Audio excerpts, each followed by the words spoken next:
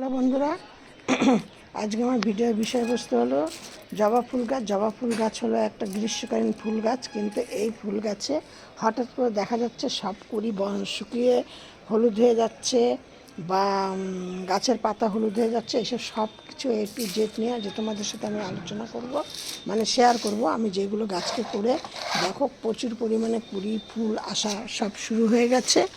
এবং আজকে ফেব্রুয়ারি মাসে প্রায় 25-26 তারিখ বোধহয় হয়ে গেল, জানি মানে ঠিক বলতে পারছি না। তোমরা যদি এইভাবে আমি যেইগুলি শেয়ার করছি সেইভাবে যদি তোমরা করে থাকো, তোমরা অন্তত মার্চ থেকে এখন থেকে তোমরা কিছু কিছু ফুল পাওয়া শুরু করবে, কিন্তু মার্চ মাস থেকে প্রচুর পরিমাণে ফুল পাবে। আর তারা যারা এখনও এই কাজগুলো করনি তারা কিন্তু এখন একদম পুরো মার্চ মাসের 15 তারিখ পর্যন্ত তোমরা এই কাজগুলো করতে পারবে। আর আমি সম্পূর্ণ কাজটা করব একদম ঘরোয়া পদ্ধতি। ঘরোয়া পদ্ধতিতে কীভাবে কীটনাশক দেবে, ঘরোয়া পদ্ধতিতে কিভাবে গাছকে সতেজ করবে, ঘরোয়া পদ্ধতিতে কিভাবে গাছকে খাবার দেবে, সমস্ত কিছু আজকে তোমাদের সাথে আমি এইগুলি শেয়ার করব। এইগুলির থেকে তুমি দেখো তোমরা আমার গাছকে একদম গাছ পুরো ভর্তি ভর্তি ফুল রয়েছে, কুড়িয়েছে।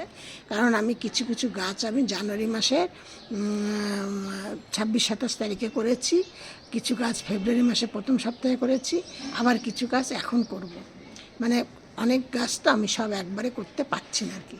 এই জন্য তোমাদেরকে বলছি, তোমরা আমি এর আগে দুটো ভিডিওতে মানে তোমাদের সাথে মানে শেয়ার করেছি যে আমি গাছগুলোকে ছোটো টব থেকে তুলে আমি বড় টবে দিয়েছি।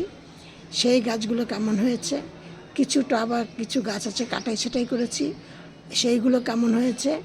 এখন আমি সেইগুলোকে পুনিং করব, মানে একদম সব পুনিং করব, সেইগুলো আমি এখন করব।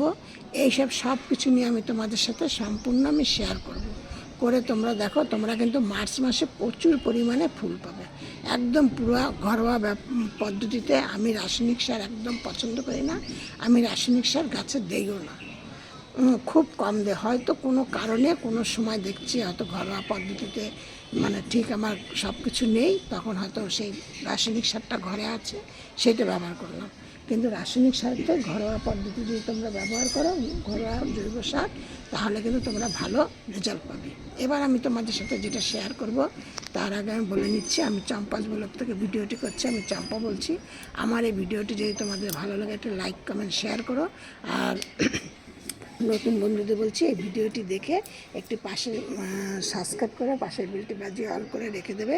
আর ভিডিও দেখার পরে একটু তোমরা দয়া করে সবার মধ্যে একটু শেয়ার করে দিও। হ্যাঁ, তাহলে কি হবে, আমার ভিডিওটা একটু সবার মধ্যে করবে। আর যদি আমার এই তোমরা যদি অল করে রেখে দাও, তাহলে আমি নিত্য নতুন আমি যেটুকুনি জানি সেইটুকুনি তোমাদের সাথে শেয়ার করছি। তাহলে তোমরা তা দিয়ে কিছু অন্তত আমি যেমন করে একটু উপকার পাচ্ছি, তোমরা নিশ্চয়ই একটু পাবে। তারপরে আবার তোমরা যেগুলি পাবে সেইগুলি আবার আমার সাথে একটু শেয়ার করবে, তাহলে কিন্তু মানে খুবই ভালো রেজাল্ট পাওয়া যাবে। এবার আমি তোমাদেরকে বলছি, এখন কিন্তু এই যে গাছে যে কচি কচি পাতাগুলো বেরিয়েছে, সেই গাছের আবার ডগাগুলোকে কোনো একটা কাঁচির সাহায্যে বা আঙুলের সাহায্যে দিয়ে মাথাগুলোকে একদম ছোট্ট ছোট্ট করে ভেঙে দেবে। দিলে কেবল ওইখান থেকে আরও ডালপালা বেরোবে। যত ডালপালা বেরোবে তত কিন্তু তোমরা বেশি ফুল কুড়ি পাবে। এই গেল প্রথম কথা। আর দ্বিতীয় কথা হলো, গাছের মাটিটাকে সবসময় তোমাদের শুকনো রাখলেও হবে না, ভেজা রাখলেও হবে না। অতিরিক্ত ভেজা হলে কিন্তু গাছের কাণ্ড পচে গিয়ে মারা যাবে, পাতা হলুদ হয়ে যাবে, কুড়ি হলুদ হয়ে পড়ে যাবে। আর যদি জল একদম না থাকে, শুকিয়ে রাখো, তাহলেও কিন্তু গাছ ধীরে ধীরে শুকোতে শুকোতে কুড়ি হলুদ হয়ে পড়ে যাবে, পাতা হলুদ হয়ে পড়ে যাবে, করতে করতে করতে তারপরে কিন্তু মারা যাবে। এই জন্য তোমাদের কী করতে হবে, যারা ধরো নতুন মানে গাছ লাগানো শুরু করেছো বা অনেকে এই ব্যাপারটা সেরকম মাথায় নাও না, তাদের কিন্তু গাছের এই সমস্যাগুলি হয়। তার জন্য গাছকে তোমাদের সব কিছু বুঝে বুঝে করতে হবে। দেখো আমার কিন্তু অনেক বড় বড় গাছও কিন্তু এই দেখো কাণ্ডগুলি গোড়াগুলো দেখলে তোমরা বুঝতে পারছো, কতটুকু ছোট্ট ছোট্ট একটা 6 ইঞ্চি 8 ইঞ্চি করে টবের মধ্যে আছে। কিন্তু এইগুলো তোমাদের আমি কী করি, গাছগুলোকে প্রত্যেক বছর দুবার করে গাছগুলোকে তুলে একটুখানি কাটাই ছাটাই করি, শেকড়গুলোকে করে নিয়ে আবার নতুন মাটি দিয়ে বসাই। সেইগুলো আমি তোমাদের সাথে আবার পরে অন্য ভিডিওতে শেয়ার করব, কারণ এখন যদি তোমাদেরকে অত কিছু বলতে যে একটা ভিডিওর মতো, তাহলে ভিডিওটি অনেক বড় হয়ে যাবে। দিয়ে গেল।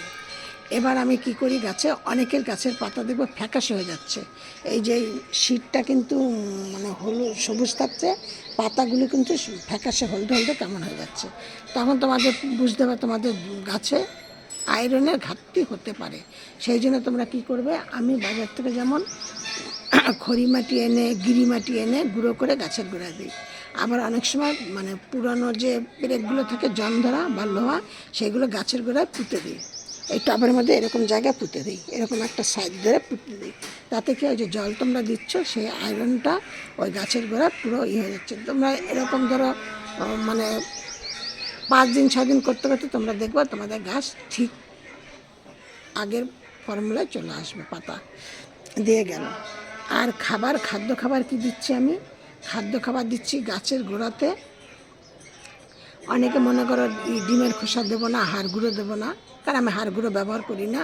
আমি ডিমের খোসা অনেক সময় ব্যবহার করি, কিন্তু এখন তাও করি না। সেই জন্য কী করতে হবে, বাজার থেকে চকের গুঁড়ো কিনে নিয়ে আসবে। চকের গুঁড়ো এনে গাছের গোড়ায় দিয়ে দেবে। কিন্তু চকের গুঁড়োটা দেবে তোমরা 1 চামচের 4 ভাগের 1 ভাগ, 4 টেবিল চামচের 1 ভাগের 4 ভাগের 1 ভাগ দেবে চকের গুঁড়োটা। ঠিক এইটা 1 মাস অন্তর অন্তর তোমরা দেবে।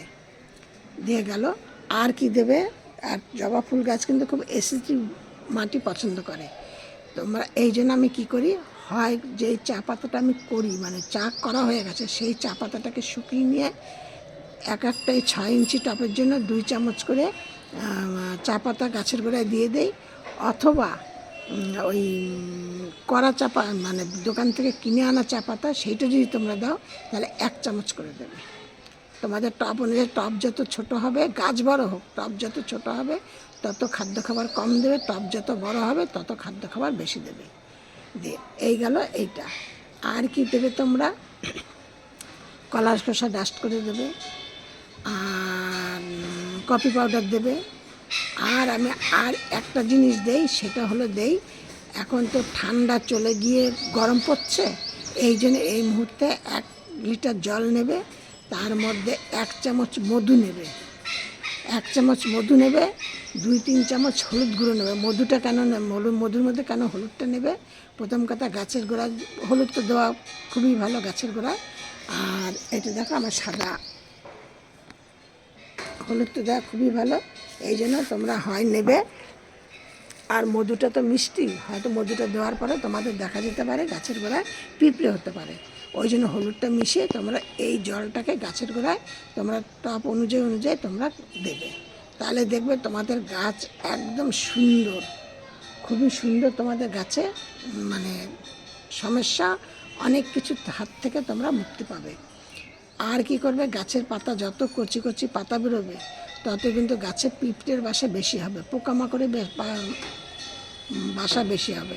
এই জন্য তোমরা কি করবে, গাছকে কিন্তু স্প্রে করবে প্রতি সপ্তাহে 1 বার করে। ওই তাও আমি ঘরোয়া পদ্ধতি, পেঁয়াজ ভিজানো জল নেবে বা রসুন ভিজানো জল নেবে। এবার অনেকে আছে এই ফুল দিয়ে পুজো করা বলে পেঁয়াজ ভিজানো রসুন ভিজানো জলটা নাও না, সেইখানে তোমরা কী করতে হবে, আদা থেতো করে আর লঙ্কা থেতো করে জলটার মধ্যে গুলে নেবে, মানে তারপর ছেঁকে নেবে। এত স্প্রে মেশিনে কিন্তু আটকে যাবে নজলে, দিয়ে ছেঁকে নেবে, মিশিয়ে নিয়ে তার মধ্যে কিছুটা হলুদ দেবে আর কিছুটা নিম পাতা থেতো করে দেবে, দিয়ে গাছকে স্প্রে করবে। দেখবে তোমাদের সব রকম সমস্যার হাত থেকে তোমরা মুক্তি পাবে। এইভাবে তোমরা করে দেখো, তোমরা মার্চ মাসে প্রচুর পরিমাণে ফুল পাবে, কড়ি পাবে। আর একটা গাছে যদি তোমরা ঠিকমতো ঝাঁকালো করতে পারো, ডালপালা বেশি তৈরি করতে পারো, তাহলে তোমাদের একটা গাছে 100 থেকে 150-200 বেশি ফুল পাবে।